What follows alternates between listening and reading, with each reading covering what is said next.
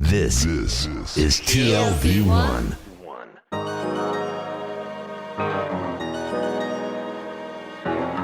The Tel Aviv Review.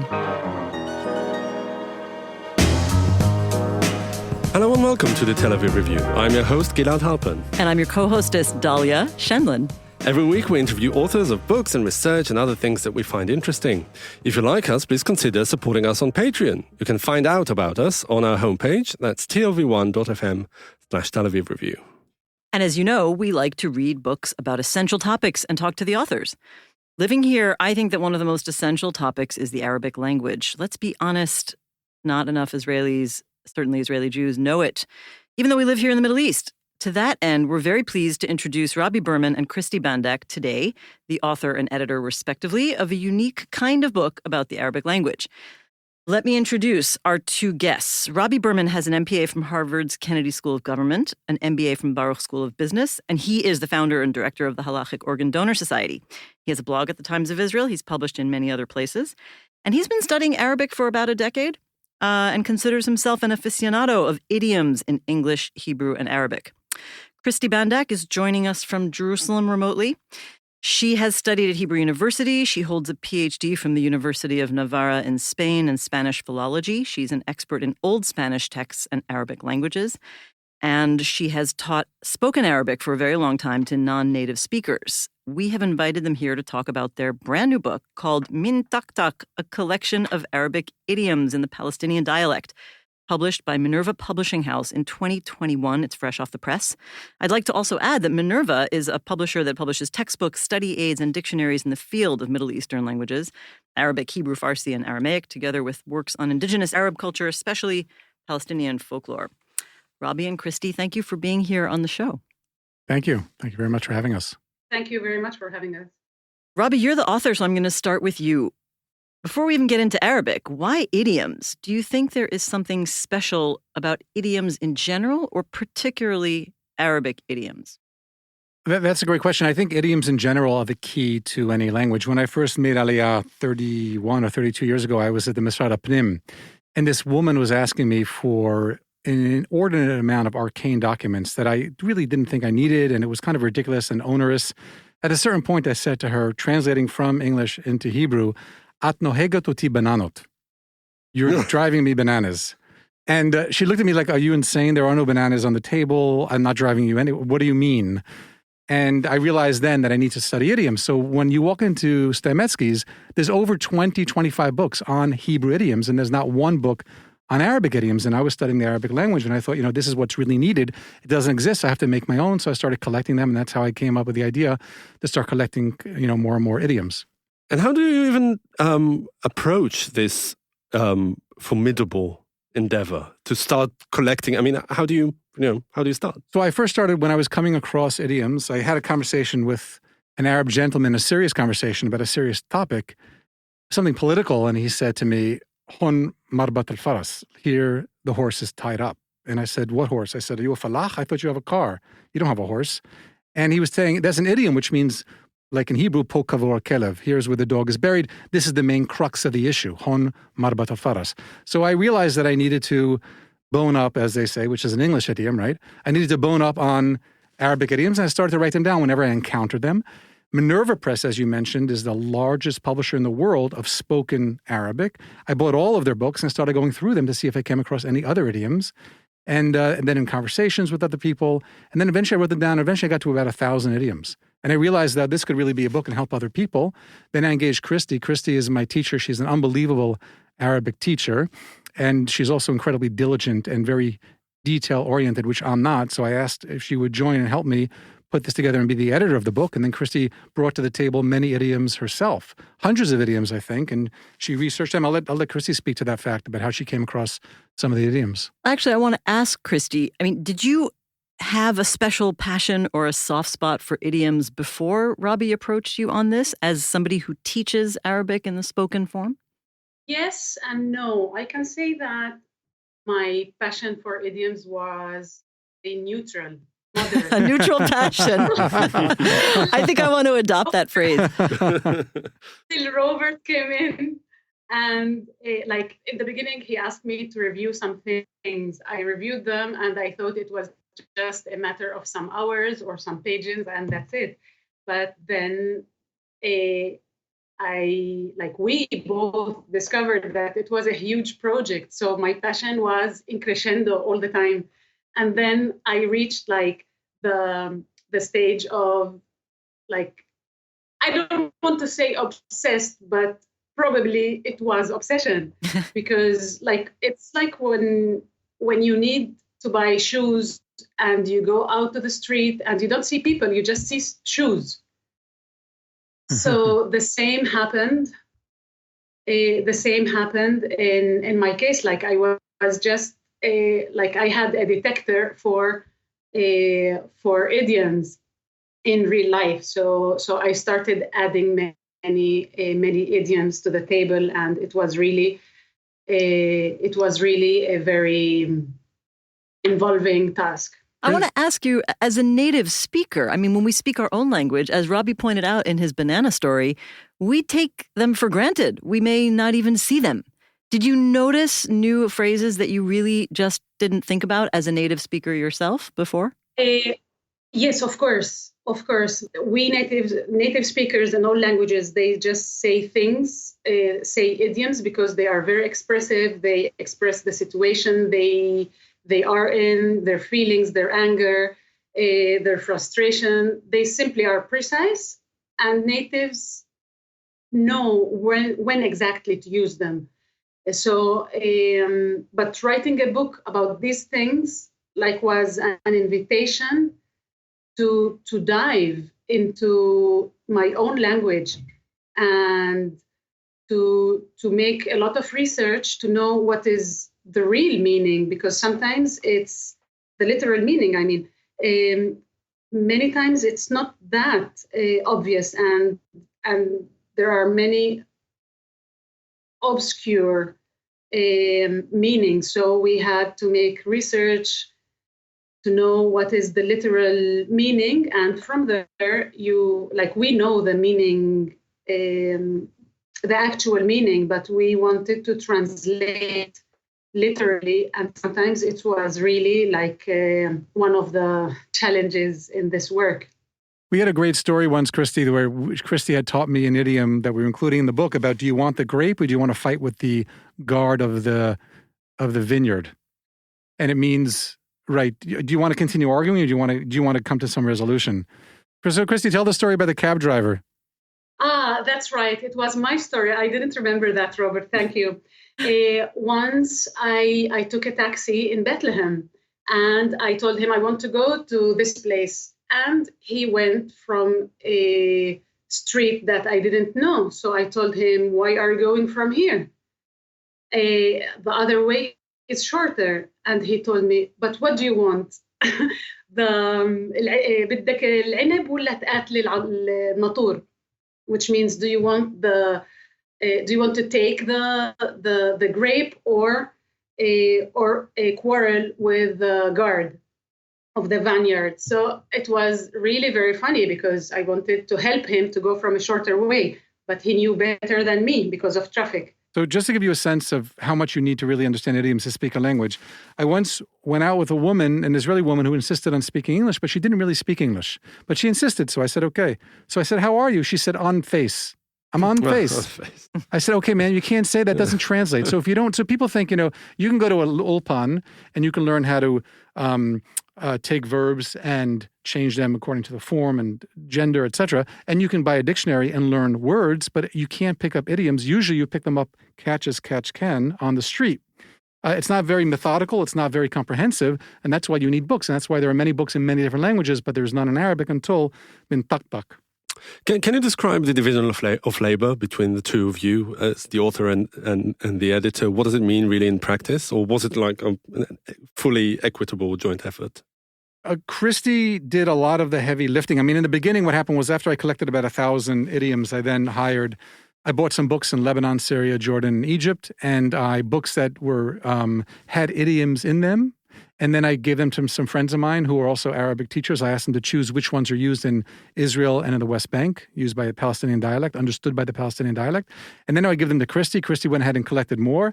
And then Christy went ahead and did a lot of the heavy lifting together. I had some ideas. I wanted to create a new transliteration. If you know, the book has transliteration.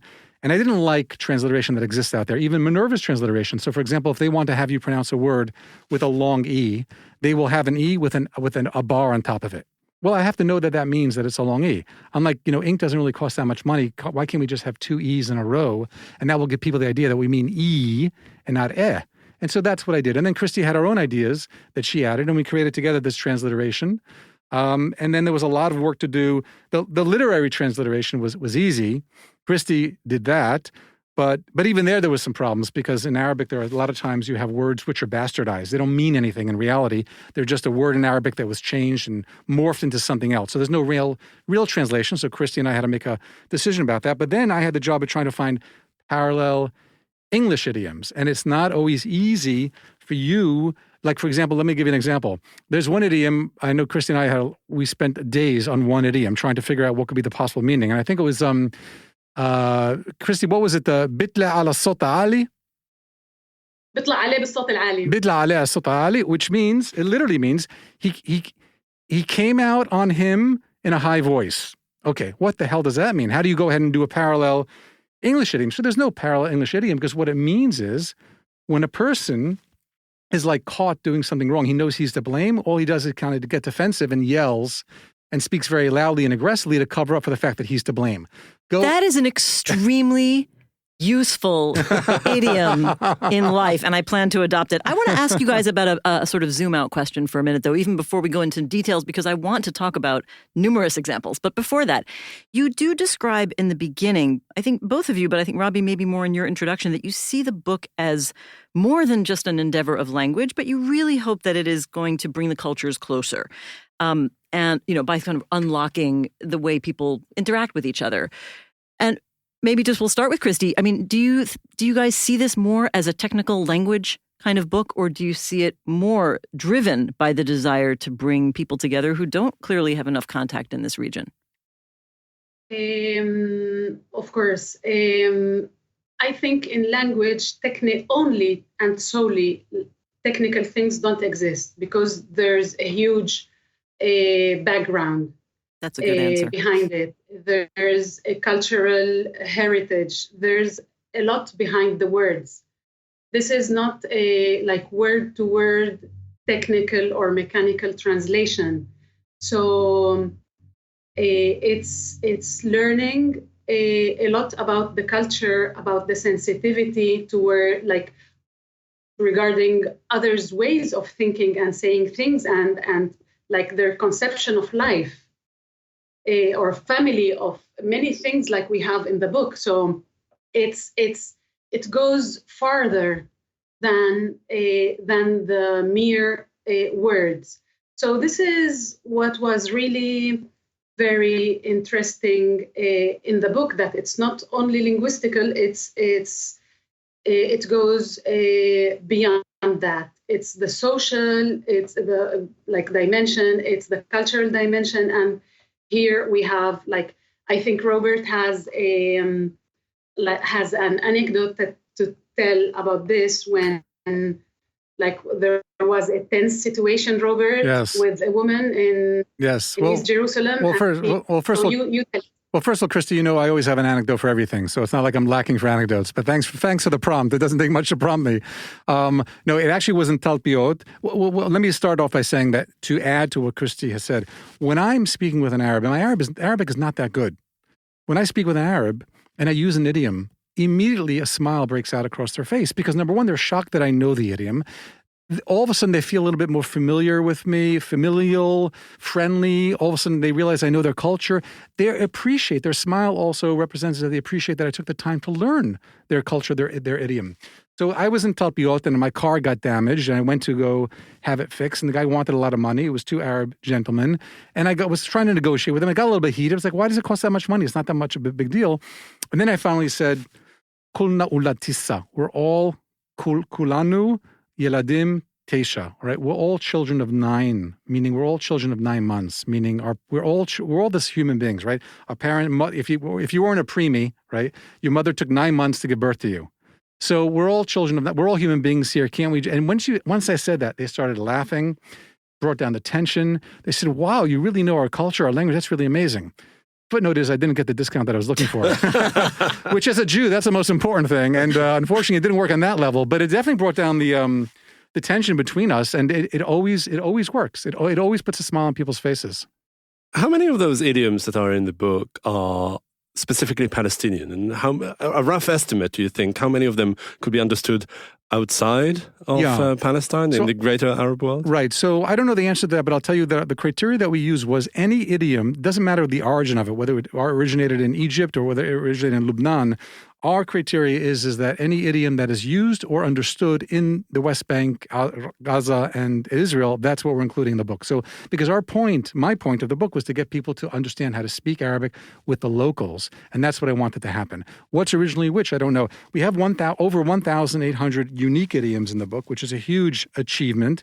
And a lot of that's I appreciate, thanks to Christy, but a lot of them are repeated because the way we divided the book, one chapter is one section of the book. The first section are chapters based around themes such as love or patience, etc. And the other section of the book are chapters that revolve around words that are used. So every idiom has the word like head or foot has their own chapter. Who would have thought there were so many idioms based on the word finger? I did not think that. I personally never thought that. Yes. I must tell you that I was a little bit concerned because there were a lot of curse words in here as well. And some of them are pretty raunchy and pretty direct. And I had to ask myself, do I want to be honest with people? But I took my lead from my friend Guy Charette, who also has a show here, Tel Aviv 1. And he is very blatant with him explaining. He wants people to understand the language and use it as used. So my hat's off to Guy Charette. I followed his lead, and hopefully I won't get crucified for it. Well, I want to get into some nitty gritty. Now, is that idiom or slang? I could make a case for both, but let's put it aside. Make it. Well, those words do have meanings. Okay. Grit is like grains of sand, so we're getting down to the details. So I'm going to go for idiom. My question is following on the Palestinian theme. You also emphasize throughout the book that this reflects Jerusalem. Expressions and dialogue. So, Christy, you're the Jerusalemite. Are we allowed to even be having this conversation in Tel Aviv? I mean, kind of kidding. But will people in other parts of Israel or in Palestinian areas understand most of these expressions? This is a good question. In reality, we Arabic in the same region has different dialects. Like we have the Palestinian dialect, but then we have different regional dialects. The north, the south, the Bedouins, the rural dialect, the urban dialect. So as Robert has always studied in this area, me too. And this is like all books of Arabic almost talk about the Jerusalem urban dialect. So what we opted for this because it's like a standard urban Palestinian dialect. So of course it will be understood everywhere, even in other Arab regions. Like there are some varieties, let's say with some words in the north, because I had some friends in the north that I asked for the meaning of some idioms, and they say it in a different way. The way we say it here, it means a different thing for them. This was something very, very flexible. So what we chose for this book is like the standard urban dialect in terms of the Arabic, writing and the Arabic pronunciation, and also in terms of the meaning itself.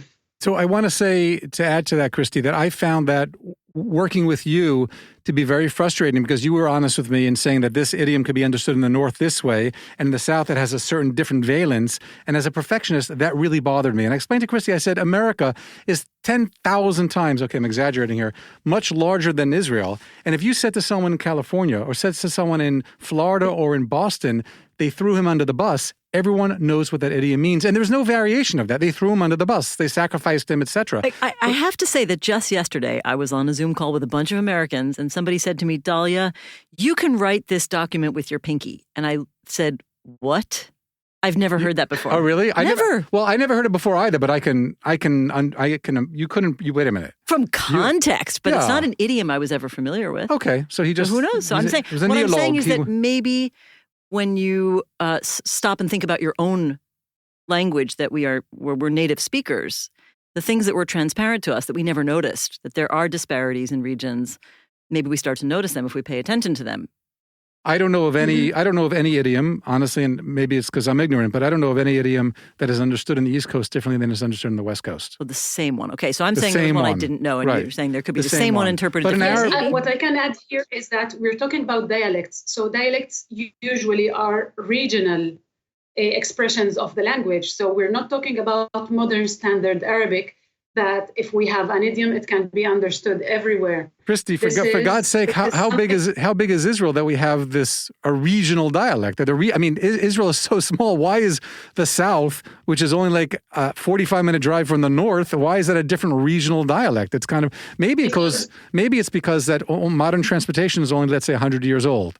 So 100 years ago, there was a huge difference between the North and the South. Okay, and what about like further afield? If someone from Syria, let alone, I don't know, the Gulf or Morocco, looked at the book, would they be completely amazed? I mean, we may have the Khalijis coming here any day now, right? So I will tell you that I got a call from the Israeli intelligence unit, one of the, I won't say which one, and they want to buy some of these books from me for their intelligence agents, officers. And I can imagine there are some people outside of this country who might be buying the books for the same reason. So this is very specific for people who want to, if you've seen Fauda, right? So that he's given up at the end in the prison cell because he didn't know this certain reference, right? I was just thinking of that theme. But by the way, Eli Cohen, right? There was an incredible docudrama that was created on Khan. That's the Israeli spy that was caught in Syria in the 1960s. Right. So and Khan being Israeli state television, which is privately run. Yes. Thank you. I have to carry you guys around with me all the time so you can explain, because when I speak, people don't get it. But I make too many assumptions. But they interviewed the guy, the head of Syrian intelligence, who's still alive. And he said when they caught Eli Cohen with this transmission, they knew they had a spy, but they didn't know who he was, right? He could have been a spy from Saudi Arabia, could have been a spy from Egypt. They didn't know who he was. And there was many different reasons for there to be different spies from different countries. So he said on the television interview, the head of his Syrian intelligence said to Eli Cohen, "Lama enta kunt fil Buenos Aires, when enta salat?" He said, when you were in Buenos Aires, where did you pray? And he said, "Ana salat fil Jama el Muslimi." I prayed in the Muslim mosque. And he said, right away I knew I didn't have a Muslim. Because no Muslim would say he prayed in a Muslim mosque. They would say he prayed in a mosque. Only a Jew or a Christian would say, I prayed in a Muslim mosque. To answer Gilead's question, if a person from the Gulf or from Syria sees this book, if they will understand it or not, I think, yes, they will understand it. We have to say that we're talking about the Palestinian dialect, and the Palestinian dialect is part of the Levantine dialect. Levantine dialect includes the Palestinian, the Jordanian, the Syrian, and the Lebanese. So more or less, we have the same, the same margin of criterion, or more or less, it's the same dialect. It's Levantine, with the characteristics of each one, of each region. But then a person from the Gulf, I think, he will understand most of the idioms in this book, because this is Arabic. We cannot forget that we're talking about Arabic language. So, and it includes also some idioms that come from Fusha, from the standard language.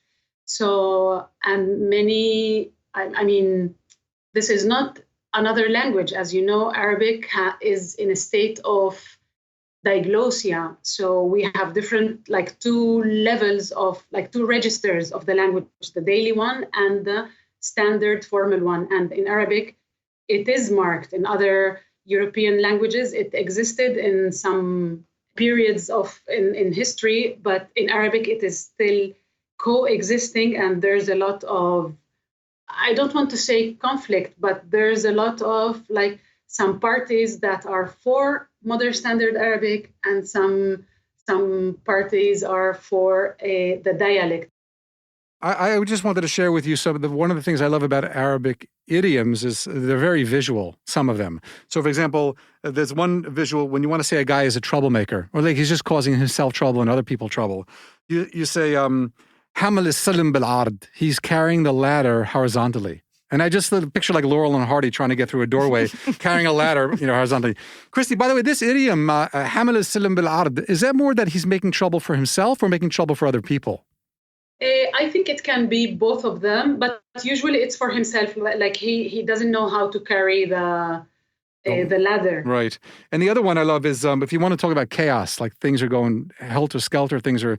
Fauda. You go, Zay al-hamam il-maktuwa maito. It's like the bathhouse. You picture like a Turkish bathhouse where all of a sudden the water was cut off. And you can imagine like picture people full of soap suds and their hair's full of soap, and everything goes on. And all of a sudden there's no more water. I mean, there's people going to be going nuts, right? That is a great image. You know that there's a story behind this. Go for it. Which is like, usually they used to go to the bath with a metallic, let's say, can. So they pour on themselves the water. And when there was like, when the water was cut, they used to to make noise with these cans. Oh. So the water carrier or whoever was responsible would know that there was no water. So there was no water. It was very noisy. That's Noisy fascinating. I didn't know that. That's fascinating. But these are really plenty of really fascinating curiosities. But I'd like to ask you, perhaps an inverse question. Were there many universal idioms, things that you were familiar with, you, Robbie, as a native English speaker? Yes, there were. I'm sorry. No, I was just going to add to the question to actually get the question before Robbie gets a chance to answer, which is that I noticed, it jumped out at me from the book, that there are quite a number. I wouldn't agree with you. I wouldn't say quite. There are. I wouldn't say there's quite a number. Can I give you my favorite examples? Sure. Okay. Clear as sun. I mean, we say clear as day. That seems quite overlapping. Put the dots on the letters. We say dot the I's. It's maybe a slightly different meaning, but it sounds No, but there are overlapping. some that are even one for one. And my favorite as a Brooklynite, get out of my face. I mean, that is... Right. Actually, I have to say It's that many of universal. them work in Hebrew as well. What do you mean? Uflim yapanim. Huflim apanim, Baruch Hashemesh, Right. all these that you just Right. So my question was... Well, don't forget, some of them are borrowed. Some of them, Right, clearly they're right, borrowed. Which one right. came first, I don't know. But But I guess my question was going to be to elaborate on Gilad's. Do you think, after having done this, that there are certain concepts that everybody in every language really needs a very handy way to say because they're just important ideas? yes, I think that every person should know how to say El Bab Bifawat Jamal, which means the door is big enough for a camel. So if you don't like what I have to say, The you gate, and actually your the camel, gate, right? The it's actually a gate. door. I thought it was gate. Both you and your camel can get the hell out of here because, nothing's stopping you. But I want to make a point here and just make a distinction because a lot of people, including this article that came out in Al-Quds newspaper, they confused my book and they said my book is a collection of Proverbs. It is not Proverbs. And most people, and I promise you, I won't mention names, I don't want to embarrass anyone, but even professors of literature I've heard use the words idiom and proverbs interchangeably, and they're two separate things. Proverbs are sentences which convey wisdom or try to describe reality, like birds of a feather flock together. So you're describing a reality that people usually hang out with people of their own kind or think alike, right? That is a proverb. That is not an idiom. Idioms are words that are not meant to be taken literally, and they're not giving you any wisdom or advice or describing anything. So what's funny is the gentleman who wrote this article for Al-Quds, he wrote in it that Robbie's book of Proverbs, which he got wrong, it's not Proverbs, he said it's part of the resistance, the muqawama neged the ihtilal, the occupation. He tied it into the occupation. I said, how did he do that? So this is how he did it. He said that the Israelis are trying to erase the identity of the Palestinians. And since Robbie put together a book of proverbs, which does give a lot of background and history and culture, not so much idioms. It does a little bit, but not so much like a proverb. So therefore, he blew this into this whole thing that somehow I'm a resistance fighter for the Palestinians. I don't know. It was quite amusing for me to read it, but yeah. Christy, did you see the book as an act of resistance against the occupation? No. I saw, really, I'm proud of the book, and I'm grateful to Robert because it was an opportunity for me to transmit much more than politics or opinions, or this is much more. This is language, this is culture, this is background, this is history, this is creating empathy also, like what you were saying before, Robert, that when you use idioms, you mentioned that in the beginning, and now also when you use it with people, I think mistakes are accepted. Please read the book, and you can make mistakes. There's no problem, because even if people make mistakes, that, by the way, people in Arabic especially, they need a lot of time and practice. But this is only with the effort of trying to say the idiom in Arabic with an Arab, this is really to be very appreciated, and it even sounds funny when, no? And Robert, we laughed a lot when you made mistakes trying to tell me something. Me? Misusing. Me make mistakes? Maybe Christy, you laughed. I want to tell you something funny. I don't know if speaking about mistakes, I always hate when I read a book where the author says, with this kind of false humility, that I take all responsibility for any mistakes. And I wrote in my introduction, I take no responsibility for mistakes found in my book. That's what I hired Christy for. She's the editor. If there are any mistakes, she's to blame. What about Hebrew? Is there any overlap, or specifically a lot of overlap between the two languages, two so-called sister languages? Like the idiom imele, which has some yamma, exactly. Which means I'm fearful. I fear something. Right. I once snuck I once illegally transported a bunch of Palestinian children over the Green Line to go to the beach. They'd never been to the beach before. So children under 16 don't need a tasrih. They don't need paperwork. But one of the girls that I took, the older sister, was 17, and she legally needed it. But there's no way I was going to get it. And I needed help with the children. I had someone to watch them on the beach, and there's no way she's going to get tasrih. So I just brought her in. But when we passed the border, the mahsom, she was sitting there going, Ya Rab, Ya Rab, Ya Rab, Yamma, Yamma, Yamma, Ya Rab, Ya Rab, like, oh God, mommy, mommy, mommy. And then when we passed, she's like, oh, thank God, Nushkur Allah, thank the Lord, So yeah, there's a lot of stuff. I mean, I imagine, Israelis do the same thing, and if they ever have to, they're in a reverse situation, although I don't know how I can imagine that happening with an Israeli. There is no reverse situation. Right. Pretty much. Right. I have a question for, both of you, but we can start with Christy. Okay, this has been a year when some of us are catching up during Corona time on things we always wanted to do and never did. So I have begun studying Arabic, focusing a little bit on spoken, but mostly on reading. And I'm just going to do full disclosure here. It's my dad who's teaching me literacy. And I want to know if every native Arabic speaker has to have bionic vision, because the diacriticals are so small. Yes. How do you get used to this? I know maybe if you're a native speaker, you have no answer because you're always used to it. Teacher as well. But you're a teacher as well. Christy, how do you deal with, people who aren't used to reading Arabic, struggling to figure out all the diacriticals and, small letters and such? But we can say the same with Hebrew.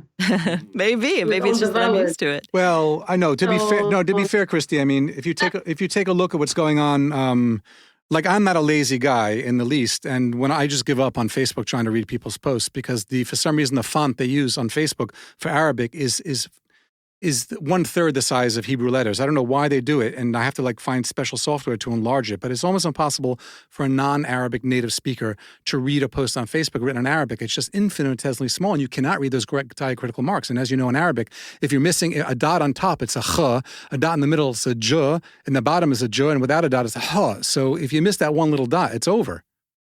So, Christy, as a native speaker, you don't notice that. Is that right?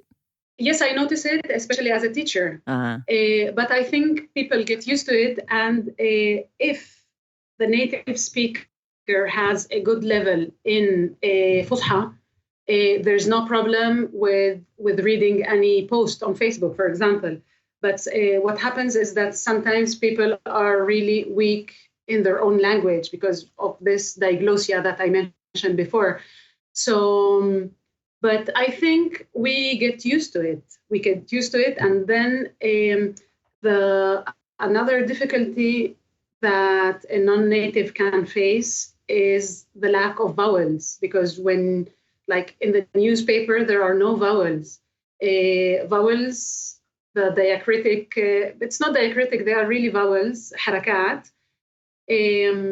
are used only in the beginning when you learn how to vocalize the words. And they are used also in Fusha teaching, like when you need to vocalize all the text in order to know the function of a word. And like this is a grammatical, let's say, study.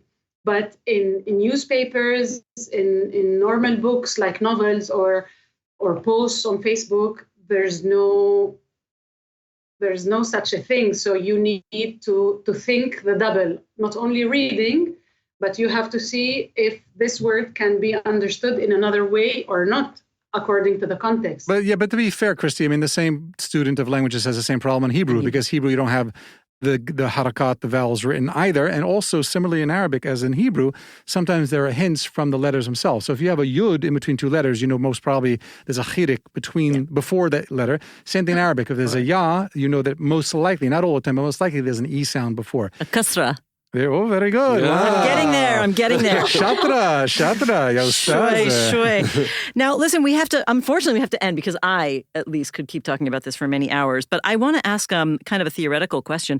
You know, I've worked in many countries watching focus group research, and I've listened to simultaneous translators. And the coolest one was Hungary, because the simultaneous translators, when they're on autopilot, translate the idioms. And they have, let me tell you, some very strange idioms in Hungarian.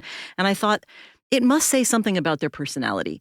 So, you know, a sort of cultural personality. Can you try to generalize, either of you or both of you, anything about at least this community of Arabic speakers who would understand these idioms, the Jerusalem, the Palestinian Levant dialect? Is there any sort of generalization you can make, having gone through in such depth these idioms? Well, I personally find that in the book Min Tak, we have a lot of idioms that have to do with body parts and animals. And I don't know whether I can generalize and say that's different than the idioms in Hungary, but the book Min Tak has a lot. I'll tell you something interesting. What do you think is as far as the chapters, which chapter do you think has the most amount of idioms listed in them? I did not count. It's the body parts, isn't it? Finger. No. Oh, I was going to say the finger page. No, the category in the first section of Min Tak, which revolves around the theme, it's the theme of mashakal, problems. Oh. Now, one could speculate why that might be, but that's the biggest one. So you asked a theoretical question. I'll ask a technical question. Where can one obtain Min Tak? You'll tell us. Mintaktak.com. There you go. You can buy the book on mintaktak.com. There you go. Christy, do you want to add to Robbie's answer? No, just to say that, for example, eyes and heart, there's a lot, and I think this reflects a way of thinking, no? Also, head has a lot of, I'm talking about the literal, because the conceptual idioms are like more flexible. But the literal ones, you go to the chapter of eyes and the chapter of ras, head, and also heart, and you find a lot, and they are very used. So I just want to say, to that respect, like when a person's afraid, so in English you'll say his heart was in his mouth. But in Arabic you say, albo wikal bin ijre. His heart fell between his legs. I read that. Now it's very similar. But if you're having a conversation with someone and you say his heart was in his mouth, the Arab's going to look at you like, is he a cannibal? What do you mean his heart was in his mouth? Whose heart was he eating, right? So these are small, subtle things, and you need to learn them in order to speak the language fluently. So anyone who wants to learn how to speak fluently spoken Arabic, Min Tak is the book for you. Speaking of subtlety, in Hebrew, it's his heart fell into his underwear. There you go. All right, Robbie Berman, Christy Van Dijk, thank you very much for joining us today to talk about Min Tak, your book about Arabic idioms in the Palestinian dialect. Thank you very much. Thank you very much. And also many thanks to Itai Shelem, our producer and sound engineer. And now we've got a request. Many or most of you listen to us on the Apple Podcast app, and we would like to ask you to please consider writing us a review of any kind. You too can support us by going to our website and subscribing onto our Patreon campaign. Check out our archive. It has more than 600 interviews. Like us on Facebook. Our page is called the Tel Aviv Review Ideas from Israel. Follow me and Dalia on Twitter. And join us again next week for another edition of the Tel Aviv Review. And until then, from Dalia and from me, goodbye.